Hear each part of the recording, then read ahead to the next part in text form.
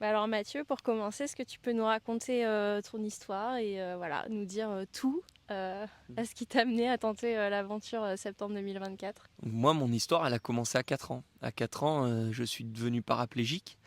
Donc ça a été un choc pour ma famille, un peu moins pour moi parce que je ne m'en rendais pas forcément compte à l'époque. Et j'étais un garçon déjà très énergique, difficile à canaliser. Et donc il me fallait faire du sport. Et le seul sport qu'on avait en possibilité à l'époque, c'était la natation. Donc on nous mettait dans une piscine, et on flottait comme on pouvait et on essayait d'avancer aussi vite qu'on pouvait. J'ai fait ce sport jusqu'à l'âge de 14 ans, jusqu'en championnat de France. Malheureusement, j'étais pas très bon. J'étais plus caillou que hors-board. Et j'avais vraiment envie de faire un sport d'extérieur, un sport de terre. Et c'était soit l'athlétisme, j'adorais le sport en stade, je trouvais ça fabuleux, soit le cyclisme.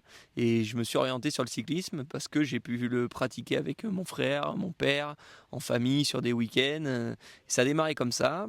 À l'âge de 16 ans, j'ai fait ma première compétition. J'ai vu que je me débrouillais un petit peu. Et en 2 ans, j'ai pu rentrer en équipe de France, donc à l'âge de 18 ans. Première sélection en Coupe du Monde où j'ai pris un quart d'heure ou 20 minutes dans les carreaux, donc ça je m'en rappelle encore. Je me suis dit, il y a beaucoup de travail, voilà. Et on a progressé au fur et à mesure. Ma première sélection pour Rio 2016, donc en 2015, sur les championnats du monde. Rio 2016. Et après, d'autres médailles en championnat du monde, notamment l'année dernière. Double vice-champion du monde, champion d'Europe, des titres de champion de France 13 ou 14, je ne sais plus exactement. Voilà, et une progression ascendante depuis, même à 34 ans encore, je tiens le coup, donc c'est cool.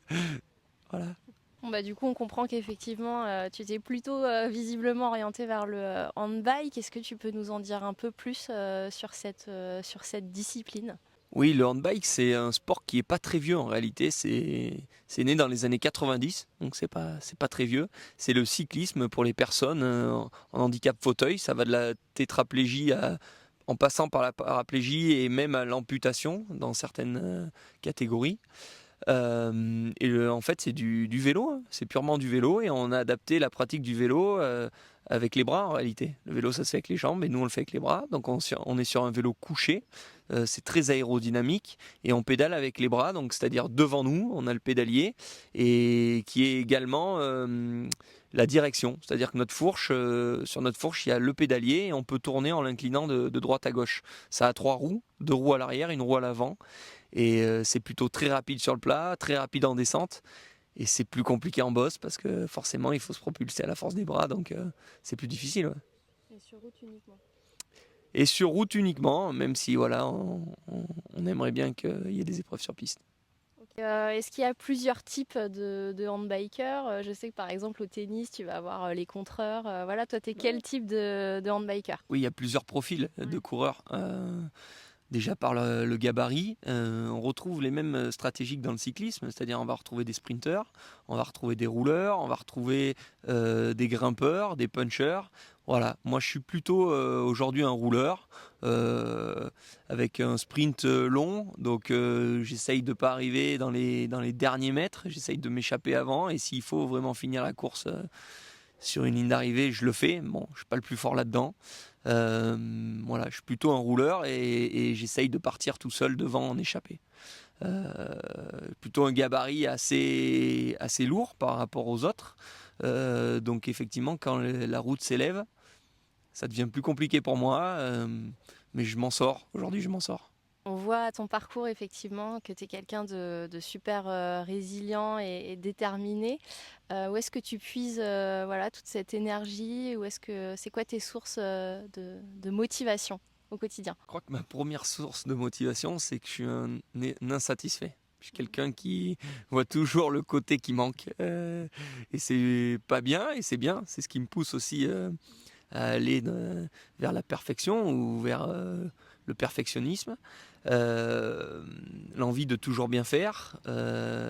Ma famille aussi, qui a toujours été autour de moi et qui m'a jamais lâché. Voilà, et l'ambition. Je pense que j'ai toujours eu ça en moi. Ça, c'est quelque chose presque on est avec, peut-être. Mais oui, ça je l'ai. Alors septembre 2024, c'est pas demain, mais c'est bientôt quand même. Dans quel état d'esprit tu te sens à l'approche d'une compétition de cette envergure et comment tu t'y prépares? Alors l'avantage, c'est que j'ai déjà vécu ce type de compétition. J'ai déjà fait des erreurs sur ce type de compétition. Donc je sais à quoi m'attendre, même si cette année c'est particulier parce que c'est en France. Euh, je sais à quoi m'attendre. Donc c'est préparé. On le prépare aussi avec un coach mental. Donc on prépare aussi bien le côté physique que le côté mental. Et en réalité, ça sera une compétition comme une autre qu'il faudra gagner. On va retrouver les mêmes adversaires. Et le tout, c'est de ne pas passer à côté par l'enjeu. Voilà, c'est toute la difficulté et ça se prépare. Le top départ, il est lancé, donc il y a eu tout ce travail en amont, mais après, voilà, tu te sens comment en fait quand tu es dans le vif du sujet et comment tu gères toute cette pression, quoi? En réalité, la pression, elle disparaît quand on prend un départ. La pression, elle est avant, elle est sur la ligne de départ, et une fois qu'on nous lâche, il y a plus de l'excitation que de la pression. Donc ça, c'est plutôt porteur. Il faut savoir la canaliser. C'est ce qui m'a manqué en 2016 à Rio. C'est-à-dire qu'on est tellement dans l'émulation, on est tellement dans l'euphorie qu'on peut se sentir très fort, imbattable parfois. Et c'est une erreur. C'est ce qui peut nous permettre de manquer de lucidité à des moments. Donc il faut toujours arriver à se recentrer sur la course, savoir où on en est, où les autres en sont.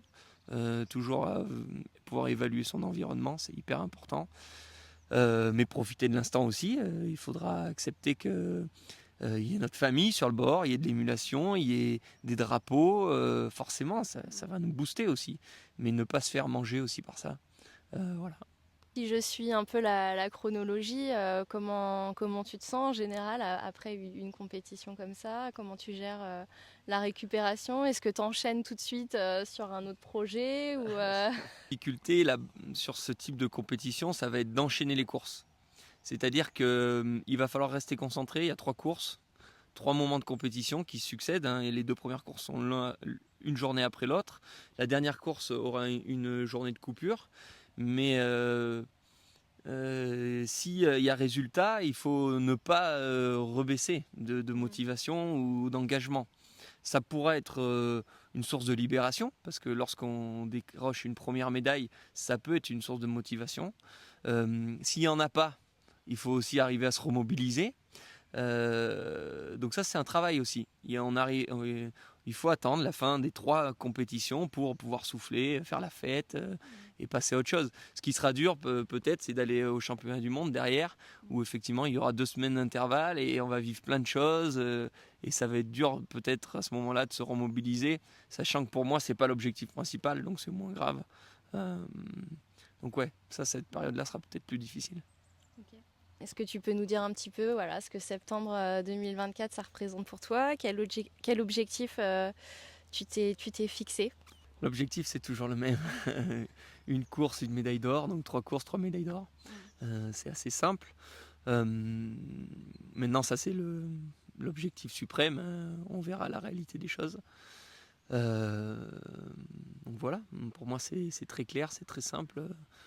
L'objectif, c'est d'arriver au meilleur de soi-même dans les capacités maximales et d'obtenir le Graal.